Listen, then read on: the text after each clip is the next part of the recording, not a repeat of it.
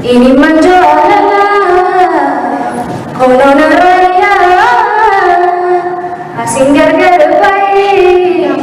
kau bakal minta balik santia angga dia buntu lamona tindebu takiti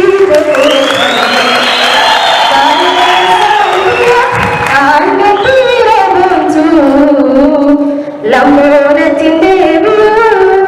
takiti tokotu wanti nansi gore ansamu koge sata amadu yomara ikama